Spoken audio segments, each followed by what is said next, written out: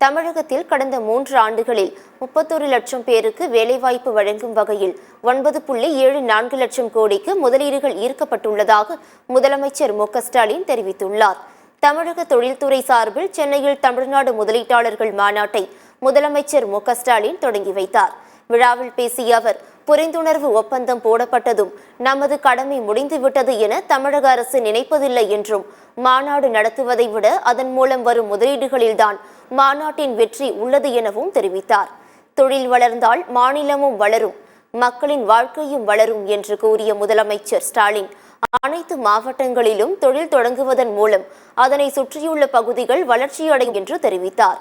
தமிழ்நாட்டில் நிம்மதியாக தொழில் தொடங்கலாம் என்ற நம்பிக்கை தொழில்துறையினருக்கு வந்துள்ளது என்றும் அவர் தெரிவித்தார். இங்கு முதலீடு செய்து தொழில் தொடங்குபவர்கள் தமிழ்நாட்டின் தூதுவர்களாக மாறி மற்ற தொழில் நிறுவனங்களையும் அழைத்து வர வேண்டும் என முதலமைச்சர் ஸ்டாலின் கேட்டுக்கொண்டார். மாநாடுகளை நடத்துறதை விட அந்த மாநாடுகள் மூலமா எவ்வளவு முதலீடுகளை ஈர்த்தோம் என்பது போல அதுல தான் வெற்றி அடங்கியிருக்கு. அந்த மாநாடு மூலமா நாம் மேற்கொண்ட புரிந்துணர்வு ஒப்பந்தங்களோட எண்ணிக்கை 631.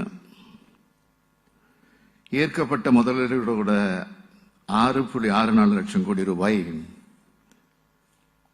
இது மூலமா 14 லட்சம் பேருக்கு நேரடியாகவும் 12 லட்சம் பேருக்கு மறைமுகமாகவும் வேலைவாய்ப்பு கிடைக்கும். மொத்தமா சொல்லணும்னா கடந்த 3 ஆண்டுகள்ல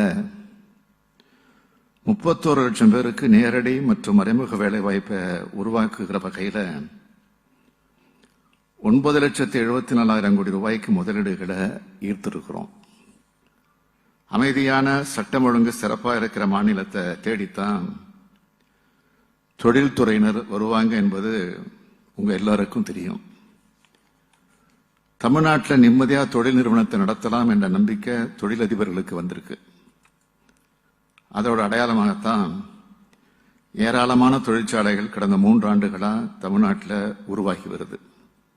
தொழில் நிறுவனங்களையும் தமிழ்நாட்டுக்கு அழைச்சிக்கிட்டு வாங்க, தொழில் தொடங்க வையுங்க. தமிழ்நாட்டு அரசோட தொழில்துறை தூதுவர்களா நீங்க எல்லோரும் மாறணும்னு கேட்டுக்கிறேன்.